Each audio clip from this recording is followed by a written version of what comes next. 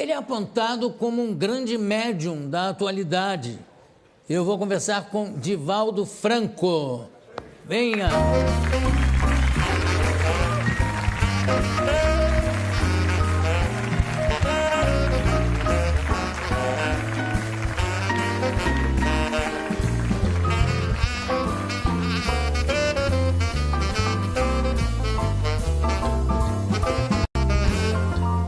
Muito obrigado pela sua presença aqui no programa. Mas é um prazer imenso. É o lançamento do livro, Divaldo. Sim. Ana Landi. Agora explica um pouco para a gente, esse livro foi psicografado, por acaso? Não, é jornalista, é um livro biográfico.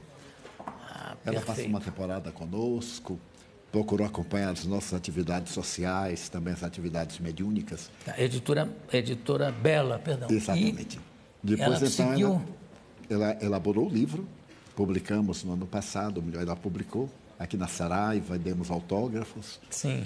E agora temos o prazer de estar com você. Imagina, o prazer aqui. Um grande prazer. É todo meu. Quando é que você começou a sentir essas manifestações de espíritos, vamos chamar de espíritos, por falta de encontrar um nome mais apropriado, não é? Manifestação ou espírito, enfim. Quando é que começaram a se manifestar através de você? Quando eu contava 4 anos, nossa família muito católica, no interior da Bahia, em Feira de Santana, eu estava brincando na sala e se adentrou uma senhora estranha e me disse: chama Ana, que é minha mãe. Eu achei natural, chamei minha mãe, que estava na cozinha, e quando ela veio, eu digo: tem aqui uma senhora que lhe quer falar. E minha mãe, não percebendo o caso, me reclamou, pensou que era uma brincadeira, me puxou a orelha, que naquele tempo podia, né? Agora não pode mais, e se voltou para a cozinha. Então a senhora disse: Di, que é meu nome de família, chame Ana, diga que é Maria Senhoria, eu sou sua avó. Mas eu não entendia nada disso aos 4 anos. Meus avós, todos 4, já haviam morrido, eu não sabia. Eu voltei a chamar minha mãe. Quando ela veio, eu digo: olha, a mulher está dizendo que é Maria Senhorinha e quer falar com a senhora. Minha mãe teve um choque, porque ela nunca havia falado o nome de sua própria mãe. Quando ela nasceu, a mãe morreu de infecção puerperal e ela foi atendida por uma irmã mais velha. Ela ficou assustada: mas como você sabe isso? Eu digo: a senhora está aqui. Mas ela não havia. Então me pegou e levou à casa da minha tia e disse: esse menino enlouqueceu, ele está dizendo que mamãe está lá. Minha tia então perguntou como é que era ela. Eu lembro vagamente, a saia arrastava, tinha algo na cintura e chamou minha atenção qualquer coisa que tinha aqui. Quando eu descrevi, minha tia disse: olha, é mamãe, porque esse é um camafeu que eu coloquei no seu cadáver. Então, procure saber o que é que ela quer. E as duas ficaram com medo, me deixaram Procure saber o que é que ela... Vai lá. Vai lá. Jogaram o pobre do órfão. E então, eu não me lembro o que aconteceu. Aconteceu um fenômeno psíquico qualquer, eu perdi a consciência. A partir daí, João, eu me tornei uma criança mais ou menos especial. E meu pai era muito severo. Muito especial, como mais ou menos. E aí? Porque eu via coisas que os outros não viam. Via crianças, especialmente um indígena brasileiro que dizia chamar-se Jaguaraçu. E nós brincávamos muito, e eu tinha a impressão que era uma criança como outra qualquer. Você brincava com esse índiozinho? Trepava nas árvores, corria pelo quintal, aquelas casas de quintais muito grandes. E ele trepava nas árvores junto com você também? Então, sempre chegava na frente. Bom, E eu ficava surpreso. E assim, ué, como é que você subiu antes de mim? Eu dizia assim: fenômeno, fenômeno. Mas eu não sabia o que era fenômeno, um índiozinho Jaguaraçu. Quando eu completei lá pelos 7 anos, eu comecei a perceber que eu via muitos outros seres que os meus pais não viam. E então aí criaram-se muitos problemas, porque eu era muito católico, estava sempre na religião, confessava, e o padre terminou por dizer que aquilo era uma influência demoníaca, que o demônio estava desejando... Essas influências são sempre consideradas demoníacas. É uma coisa absurda, não é? Porque nunca me havia proposto nada negativo. E então ele exigia que eu tivesse uma vida reta. Aos 7 anos eu tinha mais do que reta, não podia ter uma vida oblíqua naquela oportunidade. E então ele disse: olha, ore muito. E eu orava. Quanto mais orava, piorava. Porque eu me concentrava, entrava num mundo psíquico mais forte. Por fim, aos 12 anos, eu briguei com Deus. Porque eu disse para ele: você não aguenta o diabo, como é que eu vou aguentar? Se você que criou o diabo não aguenta, como é que eu vou aguentar? Faço de tudo, oro, confesso, comungo. Nesse ínterim eu adoeci. Morreu um irmão meu e eu fui ver ele estava caído no meio da rua e eu tive um impacto muito grande. Voltei para casa, avisei os meus pais e fiquei sentado. Aquele tempo não havia necrópsia nem nada no interior da cidade, só havia um médico. Ele foi levado para a sua casa, que era casado e morava perto de nós. E então, mais ou menos às 8 da noite, minha mãe disse assim: meu filho, vamos fazer o velório, vamos orar o terço de Nossa Senhora. Nós tínhamos uma mesa muito grande, porque nós éramos 13. E então, aquela mesa, 13 filhos. 13 filhos. Com meu pai e minha mãe, 15. Era assim, muito tranquilo. Era o primeiro laboratório da minha vida. E então, naquele momento, eu me quis levantar e não pude. Tentei outra vez e não pude. Quando minha mãe me puxou, eu caí. E então, foi chamado o médico, ele disse: é um trauma. Foi o choque.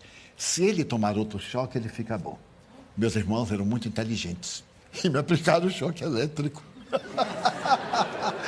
Não sabiam que era um choque psicológico. E então eu não morri porque eu não estava no programa. Então me assustavam essa coisa do interior. Por fim, no dia 5 de dezembro de 1944, foi levada à nossa casa uma senhora. Ela me olhou detidamente e disse: mas este menino não tem nada. Eu digo: nossa, que surra que eu vou tomar. Eu estava ali acamado desde o dia 23 de junho até 5 de dezembro. Meu pai era do temperamento da psicologia. E lá em casa nós tínhamos um psicólogo pendurado atrás da porta. Qualquer coisa tinha uma sessão de psicoterapia e a gente ficava ótimo, sem recalque, sem conflito, sem nada.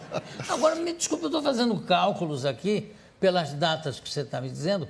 Desculpe a minha brutal falta de sensibilidade ou de educação, mas com quantos anos você está? Que idade você tem? 89.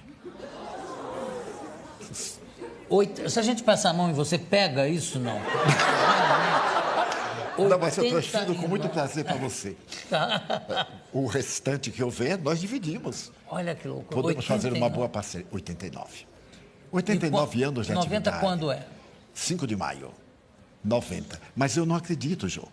De vez em quando eu olho a certidão de idade, deve ter algum engano. Porque eu não sinto nada. Sinto um prazer imenso de viver. Porque, sendo espírita, eu descobri o milagre da vida. O milagre da vida é a alegria de viver. Trabalhar, ter uma vida interior muito tranquila, fazer uma viagem para descobrir qual é o objetivo da nossa vida na Terra, encontrar o significado existencial e não se abater na hora do problema. Problemas todos nós os temos e eles nos chegam como convites ao amadurecimento espiritual e moral. Agora, desculpa, Divaldo, ou Di, sua família chama você de Di. E fico muito feliz de se chamar-me assim. Então tá bom, Di. O seguinte, você com essa aproximação que você tem com o mundo espiritual, você tem alguma noção, já te foi dito, acho que não, mas já te foi dito quando você deve se preparar para embarcar, para ir para o outro lado? Né? A proposta é: esteja preparado para qualquer momento. Porque Jesus havia dito que a hora nós não sabemos. Não pode saber. Mas eu tive uma parada cardíaca há 30 anos. E tive a chamada quase morte. Então eu vi-me fora do corpo. Fui levado para fazer exames e praticamente estava morto. Voltei. Quando eu voltei, eu tive um infarto. E nessa oportunidade, o meu cardiologista, depois de examinar, disse: olha, prepara para morrer dentro de um mês. A sua vida agora é outra. Naquele tempo eram as operações largas, fazia da gente verdadeiros frangos, né? Céu que aberto, abria céu aberto, fazia a pesquisa. E ele disse: olha, Edivaldo, se você tiver o maior repouso, você viverá mais de 30 dias. Mas não pode mais se alimentar como antes, não pode falar. Imagina, dizer isso a um baiano que não pode falar. É mesmo que condenar à morte. Porque o baiano não fala, ele fala pelos cotovelos. E você está vendo, né? E com velocidade para não perder tempo. Tá certo. E a comida, como é que ficou a restrição? Uma Você hoje come de tudo? De tudo e do que aparece. Mas o mais importante é que eu sobrevivi e ele já morreu. Eu fui ao enterro, fiz uma oração muito bonita, agradecendo a Deus antes ele do que eu. É natural, claro. Já que Deus resolveu. Morreu antes Deus ele do que eu. Exatamente. É uma poesia popular. E então aqui estou, mas estou muito feliz. E você trabalha, qual é o tipo de trabalho que você exerce nesse sentido da espiritualidade. Você tem... Eu não sei como usar essa nomenclatura e, de repente, falar uma coisa absolutamente errada.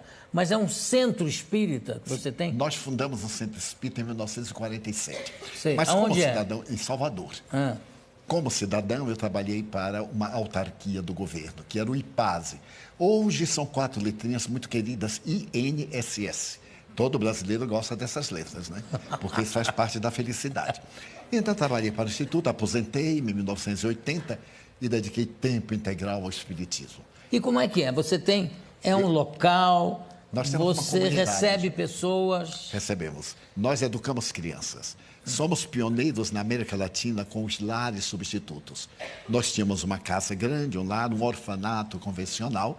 Depois nós criamos os lares substitutos e hoje temos uma comunidade que recebemos diariamente mais de 5.000 pessoas. Mas você faz, por exemplo, você tem o dom da cura, vamos dizer assim, não? A cura todos nós temos, João. Porque é uma energia que nós possuímos, todos nós. Quantas vezes alguém chega até você indisposta, lhe aperta a mão e você transmite algo, a pessoa diz, mas foi tão bom estar com o Jô. Essa irradiação de simpatia, de alegria de viver, é transmitida como também de pessimismo. Uma pessoa chega, lhe aperta a mão e lhe transmite uma dor de cabeça. Então, nós intercambiamos. A atividade das curas para nós espíritas é muito relativa à verdadeira cura interior. Porque não adianta curar-se de um mal de fora e, em próximo período, adquirir outro mal. Agora, como é que você faz de... Eu estou vendo que o seu trabalho é impressionante, inclusive, no sentido de acolher qualquer pessoa, não importa qual é o credo, enfim. Mas a gente sabe e sente que tem muito picareta nessa área, não é? Como é que você faz para combater isso? Você dá palestras, você explica alguma coisa, como é que você faz? Que eu acho que é um dever até. Já proferi mais de 13.000 conferências, em 70 países, mais de 2.500 cidades, demonstrando o falso do verdadeiro.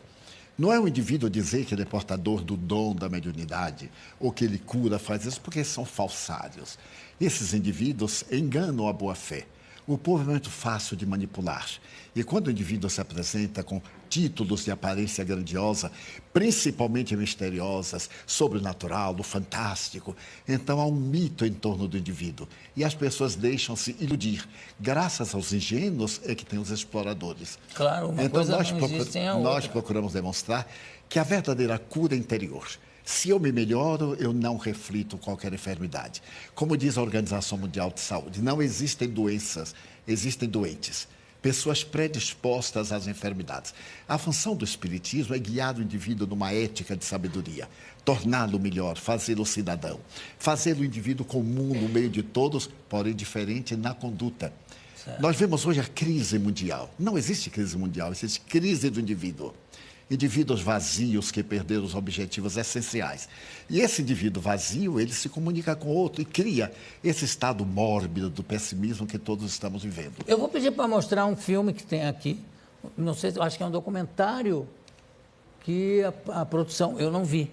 A produção me disse que é uma coisa espetacular, que é muito bom. Então eu queria compartilhar com a plateia, com o pessoal de casa também.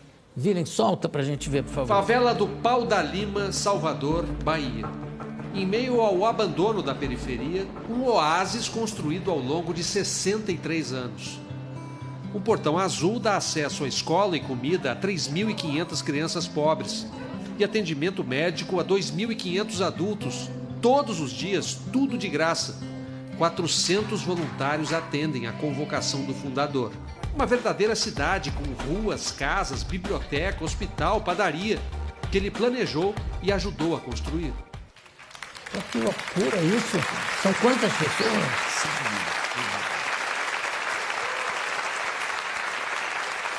Agora, isso é uma entidade que vive de contribuições? Contribuições, convênios governamentais, principalmente na área da educação. Nós temos 103 professores em convênios com a prefeitura, com o Estado. E recebemos também mantemos alguns convênios com o governo federal. E você, por exemplo, qual é a sua mediunidade? É de psicografar, como era o Chico Xavier? Sim. E Quantos livros já psicografou? 260. De que autores, vamos dizer assim? Tem autores Rabindranath específicos? Tagore, que foi o grande poeta indiano, Viana de Carvalho, Joana de Ângeles, mais de 60 espíritos. Agora, a diferença entre nós e outros autores é que nós cedemos os direitos autorais não só para a nossa obra, como para outras instituições. Porque o lema do Espiritismo é a caridade. Mas não apenas a caridade de doar, a caridade moral, a caridade de compreender os outros. Cada qual tem o direito de crer ou de não crer. Eu respeito mais um ateu digno do que um religioso hipócrita. Então, a grande coisa...